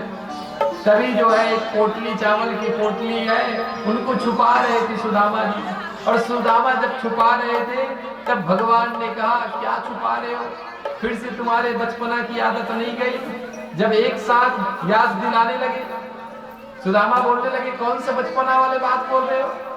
एक बार ऐसे हम दोनों जब गुरुकुल में पढ़ रहे थे तो गुरुदेव ने हमको समीधा लकड़ी लाने के लिए जंगल में भेज दिया गया और जंगल में जाते समय गुरु माता ने जो है हमको चने की जो है पोटली दिए थे, भूख लगे तो खा लेना। हम दोनों चले गए। जाने के बाद वहां बड़ी जोर से आंधी तूफान आए, वर्षा होने लगी। तभी आप पेड़ पे चढ़ गए और पेड़ पे चढ़ने के बाद जो गुरु माता ने आपको चना दिए थे वो चने को आप अकेले खाने लग गए थे और अकेले खाने लग गए थे। तभी मैंने जब देखा आपको खाते हुए तब तूने बोला था, उस समय ठंड के कारण मेरी दांत बज रहे हैं कन्हैया, अभी मुझे बहुत ठंड लग रही है इसी कारण मेरे दांत बज रहे हैं, आवाज आ रहे हैं। तो उस समय आपने मुझसे झूठ बोल दिया था और अकेले ही चना खा गए थे। तो कहीं न कहीं भगवान ने उसको कुछ क्षण के लिए दरिद्रता दे दिए थे। तो अकेले खाने से जो है दरिद्रता होता है। लेकिन कुछ शास्त्रों ने, संतों ने कुछ यहाँ पे चर्चा किया है, जो चने की पोटली दिए थे वो चने की पोटली जो है एक चोर व्यक्ति उस चने को चुरा कर लेकर भाग रहे थे, तब वो चने की पोटली गुरु आश्रम में गिर गए। तब वो चने की पोटली को गुरु माता ने उठा लिया और वही चोरी किए वाले चने की पोटली को सुदामा को दे दिया। जब सुदामा को दिया गया तो उसकी भावना वैसे ही हो गया। चोरी का माल जो है अकेले खाने का मन होता है, तो आज उसका मन में भी भावना आ गया। इस वजह से सुदामा ने सोचा कहीं न कहीं आज मेरे मन में भावना जग रहे हैं तो मैं अकेले ही खा लेता हूँ। सुदामा ने सोचा कि चोरी वाला अगर कन्हैया को हम चना खिलाएंगे तो कहीं न कहीं उनसे हानि होगा, इसीलिए हम अकेले ही खा लेते हैं। हमको चाहे किसी भी नुकसान हो लेकिन को नुकसान नहीं होना चाहिए। ये संतों ने अलग अलग चर्चा यहाँ पे किए हैं। तो भगवान ने उसको जो है अपनी बचपना की याद दिलाए और उस समय बताया कि हम दोनों साथ में रहते थे, बलराम जी और मैं एक साथ रहते थे। ये बात दोनों जब मुस्कुराकर हंसने लगे तभी अन्य पटरानियों ने देखा किस बात की याद कर रहे हैं, किसको चिंता कर रहे हैं। रुक्मणी जी भी उनके बचपना की बात को कहाँ समझ पाएगा, भाई वो अपना अपना बात कर रहे थे लेकिन रुक्मणी और सत्यभामा उस बात को नहीं समझ पाए। जो बचपने में अपना कई लोग होते हैं जो बहुत दिनों के बाद जब मिलते हैं तो बचपना में जो पढ़ाई करते हैं तो अपना बचपना का कई बार पूछते हैं, बहुत दिनों के बाद मिला, आपके कितनी संतान है, आपने शादी की है तो बताया नहीं मुझे, कम से कम निमंत्रण तो दे देते, हम आ ही जाते। कई लोग बहुत दिनों के बाद मिलते हैं तो ये चर्चा भी होते रहता है। वैसे ही आज भगवान ने सुदामा को जो है पूछने लगा। तभी सुदामा के पीछे से देखा एक पोटली था और उस पोटली को देख लिया कन्हैया ने। कहने लगे फिर ये क्या है भाई, आप मुझे बता नहीं रहे हो। तब देखने के बाद सोचने लगा और खोल के देखा तो चावल थे और चावल को पाकर भगवान गदगद हो गए। और गदगद होने के बाद कहा सुदामा से कि मित्र, आज तूने मेरे लिए इतना सुंदर अन्न लाए हो और मुझे बता भी नहीं रहे हो। तभी सुदामा ने कहा कि तुम्हारी भाभी जी ने भेजे हैं, सुशीला जी ने आज इसको दिए हैं, जो आज कहते हैं कि खाली ना जाना, कुछ न कुछ वस्तु लेके जाना, और उसी ने ही दिए थे। ये बात जानकर कन्हैया बड़ा खुश हो गए, प्रसन्न हो गए और उसकी प्रसन्नता का कोई सीमा नहीं था कन्हैया का। तभी सुदामा भी प्रसन्न हो गए और उसी समय एक मुट्ठी भरकर जब कन्हैया ने जब खाया तो सुदामा को एक लोक का दान दे दिया। और उसी समय दूसरे मुट्ठी उठा रहे थे तभी जो है रुक्मणी आकर भगवान के हाथ को पकड़ लिए। कहने लगे कि हे कन्हैया, कहने लगे हे स्वामी, अगर आप पूरे लोगों को दान कर दोगे सुदामा को, फिर हमारे लोगों को फिर कैसे चलाओगे? इतने सारे पटनानी है, हम सभी का तो भरण पोषण करना पड़ेगा। सबको दे दोगे लोगों को तो फिर हम कैसे जीवन यापन करेंगे? तो रुक्मणी अन्य पटरानियों ने रुकवाया। तब भगवान से कहने लगे भाई अकेले अकेले क्यों प्रसाद खा रहे हो, हमको तो भी खिलाओ, हम भी तुरंत हो जाएंगे। तभी भगवान ने कहा ठीक है, आपको भी प्रसाद चाहिए तो आप सभी लोग अवश्य खाइएगा। रुक्मणी ने कहा कम से कम एक एक दाना तो ना सही प्रभु, एक एक दाना भी मिल जाए प्रसाद तो भी से हम तुरंत हो जाएंगे। भगवान ने उसी समय पोटली के आधे हिस्से रुक्मणी को दिया और कहने लगे सभी पटरानियों को जाओ कम से कम एक एक अन्न का दाना खिलाओ ताकि सब तुरंत हो जाए।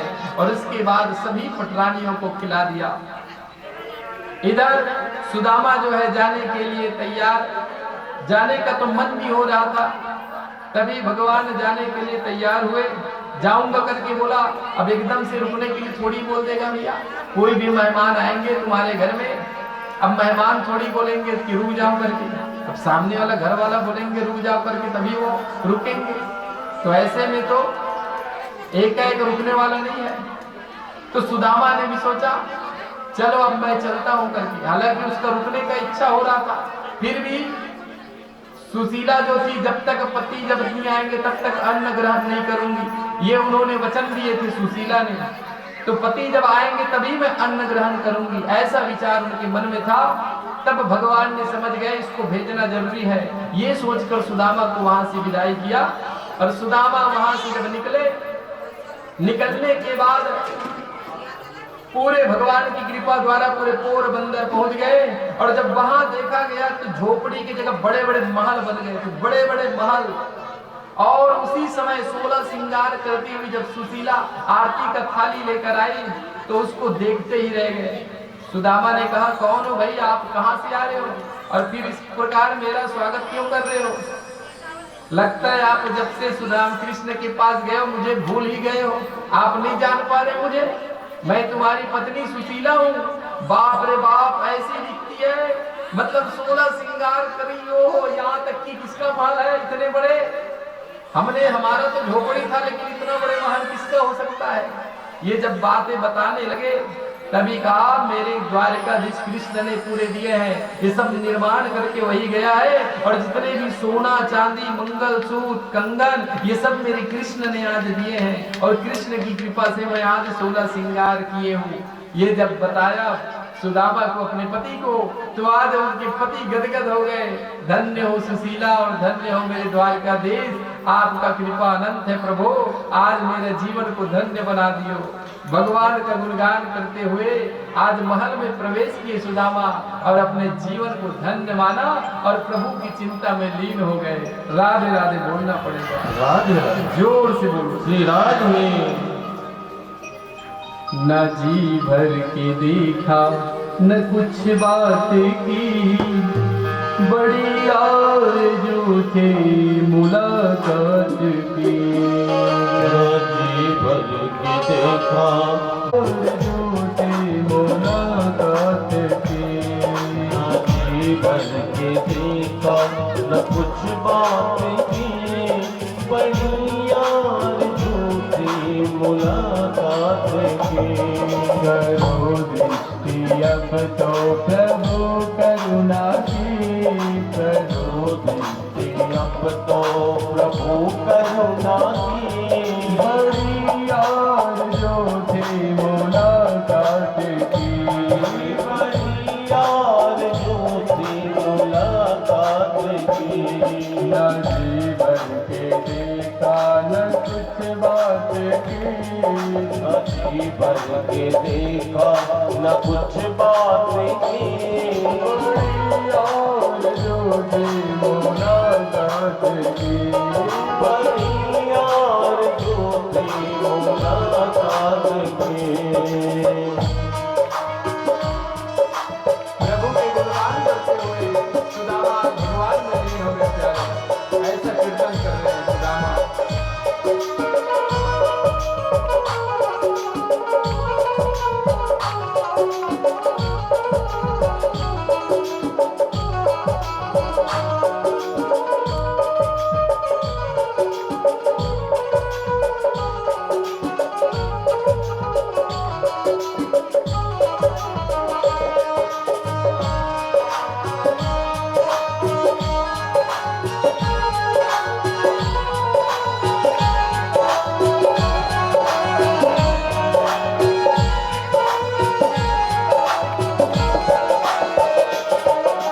गए थे जब से वो मोहन मुरारी, गए जब से मथुरा वो मोहन मुरारी, सभी गोपियाँ ब्रज में व्याकुल व्याकुल थी बारी, सभी गोपियाँ ब्रज में व्याकुल थी बारी।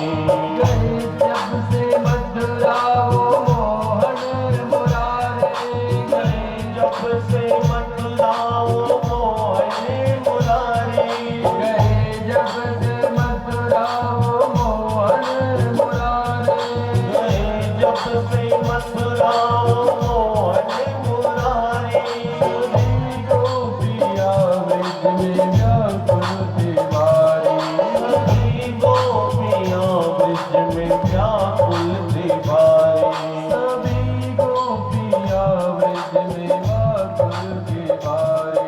सभी गोपियाँ ब्रज में व्याकुल थी बारी।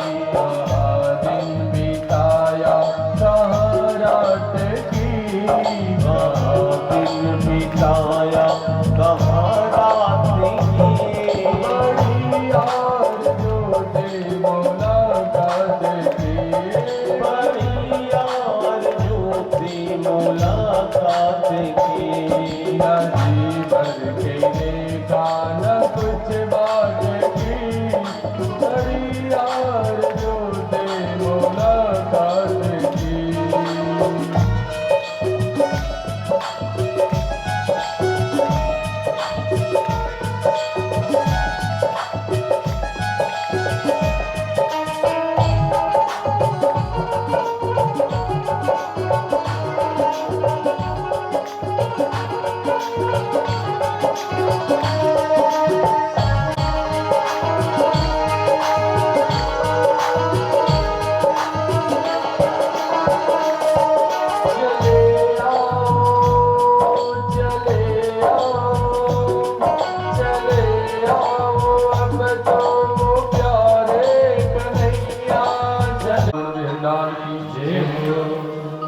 भगवान सुदामा को जो है पूरे आज सर्वस्व को प्रदान कर दिए भगवान ने, और ऐसे मित्र पर बड़ा प्रेम किया। प्यारे, आगे आपको जो है आगे भगवान का जो है संवाद, जिन्होंने जो चावल का पोटली लाए हैं या चने की पोटली लाए हैं वो लाकर रख सकते हैं। यहाँ तक के आगे जो कथा बताए गए हैं इसमें कलयुग के बारे में चर्चा किया है, और जनक राजा और नव योगेश्वरों का जो संवाद यहाँ पे बताया गया है बहुत लंबा चौड़ा है। जनक राजा और नव योगेश्वरों का संवाद बताया गया है। यहाँ तक के एक बार भगवान कृष्ण ने अपनी माता देवकी से पूछा, तुम्हारी क्या इच्छा है? बोले तो माता देवकी ने कहा, मेरे 6 पुत्र मर गए हैं, वो यदि वापस आ जाए तो मेरे जीवन धन्य हो जाएगा। एक बार मुझे दर्शन करने का इच्छा हो रहा है मेरे 6 पुत्रों का। भगवान ने कृपा करके जो है 6 पुत्रों को उसी समय प्रकट कर दिया, और 6 पुत्रों को जब लाने लगे तो सभी पुत्रों को आज माता देवकी ने जब देखा तो दर्शन करने के बाद अपने जीवन को धन्य बनाने लगी। उसके बाद बड़ी प्रसन्नता के साथ माता देवकी ने आज 6 पुत्रों को स्तनपान करवाया, और स्तनपान कराने के बाद आज अत्यंत प्रसन्न हो गए।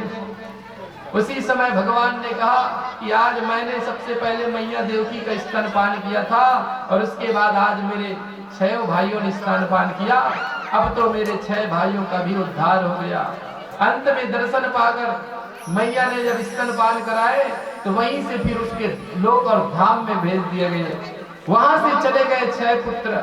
जब उसके धाम में चला गया तो माता देवकी ने पूछा कि मेरे पुत्र, मेरे संतान कहाँ हैं? तो कहने लगे, मैया आपने दर्शन के लिए बोला था तो मैंने आपको दर्शन करा दिया।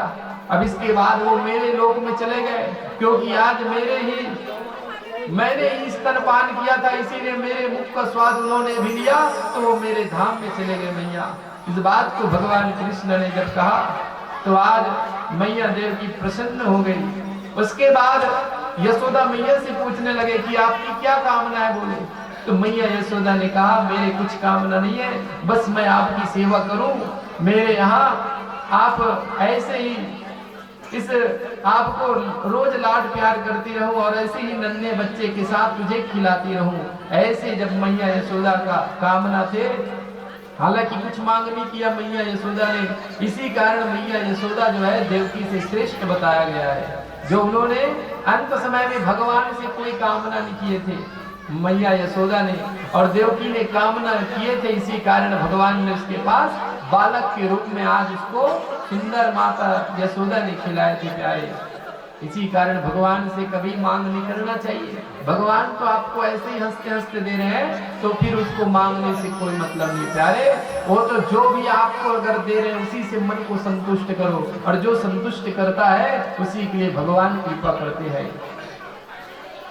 संतोषम परम सुखम, जो कुछ भी मिल जाए, यथा लाभ संतोषा, सपने हो नहीं देखई पर दोषा। जो कुछ भी मिल जाए उसी से अपने आप को संतोष कर लो, वही सबसे बड़ा धन है। धन क्या है? तो धन सबसे बड़ा धन कहा जाता है, भगवान के नाम को धन कहा जाता है। पायो जी मैंने राम रतन धन पायो। सबसे बड़ा धन तो जिसके पास राम है, जिसके पास कृष्ण है, वही धनवान है, बाकी तो सब कंगाल है। इसीलिए इस जीवन में आपने कृष्ण धन नहीं पायो तो तुम्हारा ये जीवन व्यर्थ चला जाएगा प्यारे। इसीलिए जो समय मिला है अपने आप से पालो, कृष्ण का नाम ले लो, राधा जी का नाम ले लो, तुम्हारा जीवन भवसागर चले जाएगा। और यही समय जो मिला है, आज ही से अभी से भगवान की प्राप्ति में लग जाओ। समय किसी के पास नहीं है, क्योंकि काल सबको बुला रहा है। हम सभी लोग काल रूपी मगरमच्छ से ग्रसित हुए हैं, ना जाने किस मोड़ पर तुम्हारे लिए काल आ जाए। राधे राधे बोलना पड़ेगा, जोर से बोलो। यहां तक के आगे चलकर भगवान ने जो है 24 गुरुओं को दत्तात्रेय ने बनाया है। उसके बाद 24 गुरुओं की अलग अलग रूप में गुरु बनाए थे। धरती, वायु, जल, अग्नि, आकाश। धरती को गुरु बनाया था। धरती को गुरु बनाया, कैसे गुरु बनाया कि धरती से मैंने जितने भी आज गंदगी करता हूँ, उनसे हर प्रकार की धरती में ये सहन करते हैं। थूक रहे तो भी, कुछ भी फेंक रहे तो भी धरती में सहन करते हैं, गंदगी कर रहे तो भी धरती में सहन करते हैं। इसीलिए धरती को गुरु बनाया। उससे मैंने सीखा सहन शक्ति। धरती में ऐसे क्या सीखा? सहन शक्ति। तो मेरे जीवन में सहन शक्ति होना चाहिए। पहला धरती मैया को गुरु बनाया। दूसरा वायु को गुरु बनाया। तो वायु जो है निश्चल भाव से सब जगह चलते रहते हैं, आते रहते हैं। तुम्हारे शरीर में भी है, हमारे शरीर में भी है, सब जगह आ रहे हैं। इसीलिए वहां से वायु से संतोष का ग्रहण किया, वायु से संतोष का ज्ञान मिला। इसीलिए अपने आप से हमेशा संतोष रहना चाहिए। आकाश को भी गुरु बनाया।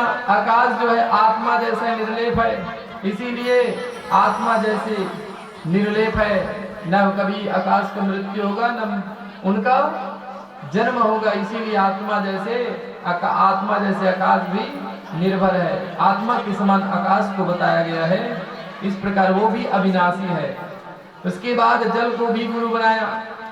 जल जिस प्रकार मधुरता रहते हैं, शीतलता रहते हैं, उनसे ये ज्ञान सीखा कि आज जल जैसे अपने मन को भी निर्मल बनाना चाहिए, क्योंकि निर्मल मन से ही भगवान को प्राप्त कर सकते हो।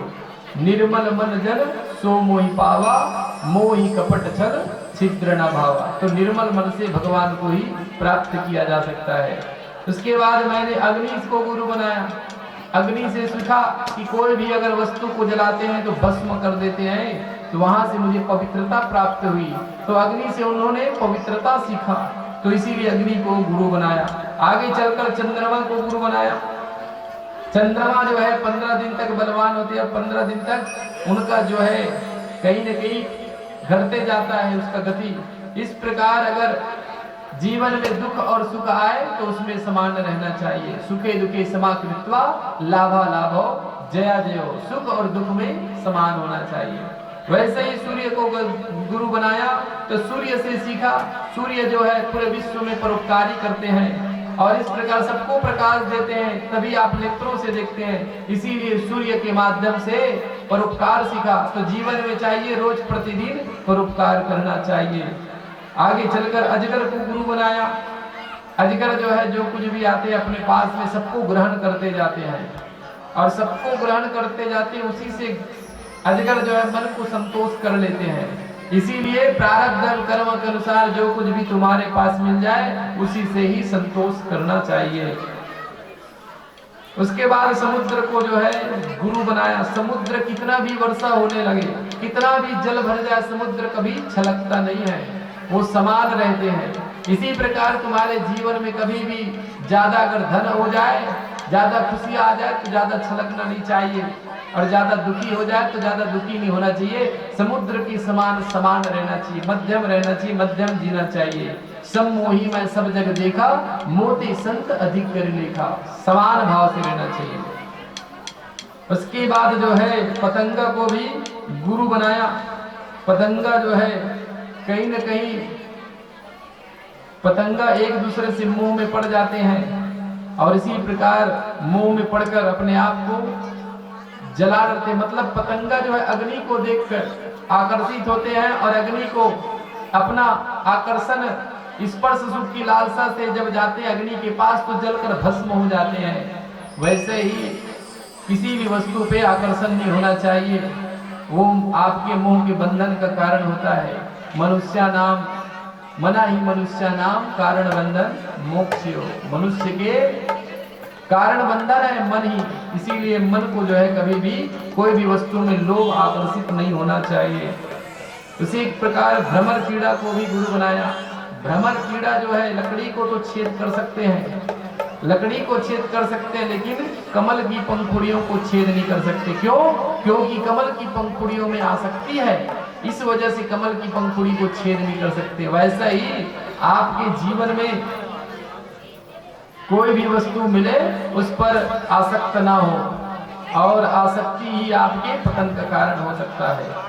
उसके बाद मधुकृत मधुमक्खी को गुरु बनाया। मधुमक्खी अपने छत्ते को स्वयं उसको रस सुख का स्वाद ले लेते हैं, और अंत में रस को छत्ते में भर देते हैं। सभी पुष्पों से ला कर जब रस एकत्रित हो जाते हैं तो उसके रस को कोई दूसरे छीन कर ले जाते हैं, और स्वयं जो है उस रस को जो है पान नहीं कर पाता है। इसीलिए ज्यादा धन एकत्रित नहीं करना चाहिए। ज्यादा धन एकत्रित संग्रह करोगे वो धन जो है वो दूसरे के हाथ में आ जाएगा, वो दूसरे कब्जा कर लेंगे। इसीलिए धन उपार्जन के लिए, जीवन यापन के लिए धन रहना चाहिए। ज्यादा संग्रहित धन जो है स्वयं की भोग काम नहीं आती, वो दूसरे जो है छीन लेकर जाते हैं। जितना आपके भाग्य में रहेगा उतना ही धन आपके जीवन को सार्थक बनाएगा। राधे राधे बोलना पड़ेगा, जोर से बोलो। इसी प्रकार जो है हाथी को गुरु बनाया। एक बार नकली हाथी को एक गड्ढे में रख देते हैं, और वो भी स्पर्श सुख की लालसा से जब नकली हाथी के पास हाथी जब जाते हैं तो नकली हाथी को स्पर्श सुख करते हैं, तो असली हाथी सीधे नीचे गड्ढे में जाकर गिर जाते हैं। तो इससे ये मतलब हुआ कि कोई भी स्त्री या पुरुष को कभी भी स्पर्श सुख नहीं करना चाहिए, और जो स्पर्श सुख करते हैं वो सीधे पतन का कारण होते हैं, सीधे विनाश हो जाते प्यारे। इसीलिए कभी भी पर पुरुष पर स्त्री को कभी स्पर्श सुख नहीं करना चाहिए। बोलो वृंदावन बिहारी लाल की जय। इसी प्रकार आगे जो है आगे उन्होंने गुरु बनाया एक पिंगला वेश्या को भी गुरु बनाया। पिंगला वेश्या रात दिन ग्राहक का इंतजार करती है, और ग्राहक के इंतजार में रात दिन इंतजार करते करते चिंतन करती है कब आएगा मेरे पास ग्राहक, कब आएगा मेरे पास, ऐसा सोचती रहती है। तभी वहां से एक साधु महात्मा उस पिंगला वेश्या के पास जब गुजरे, तब वो साधु महात्मा ने उसको देखकर हंसी कर दी, और हंसी करने के बाद पिंगला जी ने सोचा ये साधु महात्मा मुझे देखकर क्यों हंसी की है, मैं जान सकता हूँ कारण क्या हो सकता है। तभी पिंगला जी ने जाके पास में साधु से पूछा क्यों हंसे मेरे लिए, काहे को इतना हंसे। तभी साधु ने बोला देखिए पिंगला जी, आज ग्राहक के इंतजार में रात और दिन तूने समय पूरे बर्बाद कर दिए उनके इंतजार करने में। यदि इतना ही समय अगर भगवान के लिए लगाया होता तो आज से तुम्हारा परम गति हो जाते प्यारे। इसीलिए जो भी समय मिला है भगवान के लिए आप नित्य ही उनकी सेवा में लगा लो, फिर बाद में जब चिड़िया चुग गई खेत फिर बाद में पछताओगे तो कोई मतलब। राधे राधे बोलना पड़ेगा, राधे राधे जोर से बोली राधे। इस प्रकार आगे जो है बालक को भी गुरु बनाए, छोटे छोटे बालक को भी गुरु बनाए। बालक से ये सीखा भोलापन, बालक में भोलापन होता है, इसीलिए बालक से प्रेम करते हुए गुरु बनाए कि अपने जीवन में हमेशा भोलापन रहना चाहिए, कभी भी क्रोध अहंकार नहीं होना चाहिए, हमेशा बालक की भांति प्रेम रहना चाहिए, भोलापन रहना चाहिए। तो इस प्रकार उनसे ये सीखा। आगे चलकर बाण बनाने वाले लोहार से भी गुरु बनाया। तो जो लोहार होते हैं, लोहार वो जब भी अपने बाण वगैरह बनाते हैं, कुछ कर्म करते हैं, तो कोई भी अगर वाद्य यंत्र उधर से जा रहे बाजा, या कोई भी शादी वगैरह हो रहे हैं, कोई कार्यक्रम हो रहे हैं, तो उसको नहीं देखते, अपने तन्मयता के साथ काम करते हैं और अपने तन्मयता के साथ काम को निभाते हैं। इसीलिए कोई भी काम करो तो तन्मयता होना चाहिए, मन में लगन होना चाहिए, तभी आपका काम पूरा होगा। बोलो वृंदावन बिहारी लाल की जय। सर्प को भी गुरु बनाया। सर्प जो है अकेले विचरण करते हैं और अकेले हमेशा विचरण करते रहते हैं, वैसे ही आपके जीवन में अकेले विचरण करना चाहिए सर्प की भांति। जैसे संत महात्मा लोग अकेले विचरण करते हैं, वैसे अगर आप भी अकेले विचरण करोगे तो जीवन में ब्रह्म ज्ञान प्राप्ति होता है। बिना अकेले रहने से ज्ञान प्राप्ति नहीं होने वाला। भगवान का दर्शन तभी होगा जब अकेले होकर आप तन्मयता के साथ भगवान का चिंतन करोगे। वैसे ही सर्प की भांति अकेले विचरण करना चाहिए। आगे गुरु बनाया मकड़ी को। मकड़ी के से ये सीखा कि मकड़ी अपने मुख से पूरा लार निकालते हुए पूरा जाला बनाते हैं, वैसे ही भगवान जो है सृष्टि का बनाते हैं तो पूरे संसार को बनाते हैं, और फिर मकड़ी अपने ही जाला बनाकर अपने ही पूरे उसको मिटा देते हैं। वैसे ही भगवान सृष्टि का निर्माण करते हैं और स्वयं मिटा देते हैं। तो मकड़ी को भी गुरु बनाया प्यारे। इस प्रकार पूरे टोटल जो है 24 गुरु बनाए हैं। दत्तात्रेय जी ने 24 गुरु बनाए हैं। और अंत में लास्ट 12 स्कंद में कलयुग के बारे में वर्णन किया गया है। अंत में भगवान जो है, एक बार कौरव पांडवों ने विजय प्राप्ति करते हुए, जब पांडवों ने विजय प्राप्ति कर लिया तो आशीर्वाद लेने के लिए भगवान कृष्ण गंधारी माता के पास पांडवों के साथ आए। तभी उसी समय गंधारी माता ने भगवान कृष्ण को श्राप दिया था। माता गंधारी कहने लगे थे कि हे कृष्ण, तूने ही मेरे 100 पुत्रों को मरवाए हैं, तूने ही मेरे 100 पुत्रों को मरवाए हैं, जाओ तुझे श्राप देती हूँ कि सारे तुम्हारे पूरे यदुवंशी पूरे मारे जाएंगे, ये मेरा श्राप है। तो ये माता गंधारी ने श्राप दिया था। दूसरा श्राप, एक बार जामवंती के लड़का शाम को जो है स्त्री के रूप में नारी बना दिया और साड़ी पहनाकर गर्भवती धारण जैसे बनाकर ऋषि मुनि के पास ले गए पिंडारक तीर्थ में, और वहां जाकर जब कहने लगे कि इसके गर्भ से स्त्री होंगे कि पुरुष पैदा होंगे, पुत्र पैदा होंगे कि कन्या पैदा होंगे इसके गर्भ से, ये बात जब बोलने लगा तो उसी समय दुर्वासा ऋषि क्रोध में खड़े हो गए और कहने लगे, तुम लोग हमारे संतों को कहीं न कहीं ऐसी मजाक बना रखे हो, तुम लोग संत महात्मा को खेल समझे हो। उसी समय दुर्वासा ऋषि ने श्राप दिया, जाओ तुझे श्राप देता हूं कि इसके गर्भ से मूसल पैदा होंगे और यही मूसल सारे यदुवंशियों का नाश करेंगे। दुर्वासा ऋषि ने श्राप दिया और उसके बाद दुर्वासा ऋषि के श्राप के कारण उसके गर्भ से मूसल पैदा हुआ और उस मूसल को राजा उग्रसेन के पास दे दिया गया। राजा उग्रसेन ने देखा गया उस मूसल में, तो पूरा उस मूसल को टुकड़े टुकड़े कराकर समुद्र के किनारे फेंकवा दिया गया। जब समुद्र के किनारे फेंकवाए तो वहां से वही मूसल के रजगण जब एकत्रित होने लगे तो वह एरका नाम के घास बन गए और एक मूसल कण को एक मछली ने निगल लिया। तो मछली निगलने के बाद एक मछुआरा ने उस मछली को जाल में फंसाया और फंसाने के बाद वह मछुआरा जब मछली पकड़ के लाए तो उसको पेट को फाड़ के देखने लगे तो उस मछली के पेट से कील को निकाले और अपने बाण में लगा लिए। और इधर एरका नाम के जो घास बन गए थे, एक दिवस उसी समुद्र के किनारे सभी यदुवंशी गए और एक दूसरे मदिरा पान करने लगे और मदिरा पान करने के बाद उसी एरका नाम की घास को निकाला और एक दूसरे से जब मारने लगे तो एक दूसरे का मृत्यु वहीं पे आपस में लड़कर पूरे यदुवंशी मारे गए। राधे राधे बोलने लगे, जोर से बोलो। इधर भगवान ने पीपल वृक्ष के पास जंगल में जाकर शयन कर रहे थे। तभी वो मछली के पेट से कील निकाले थे, बहेलिये ने उसको अपने बाण की नोक में लगा लिया और जंगल में भ्रमण करते करते जब भगवान को दूर से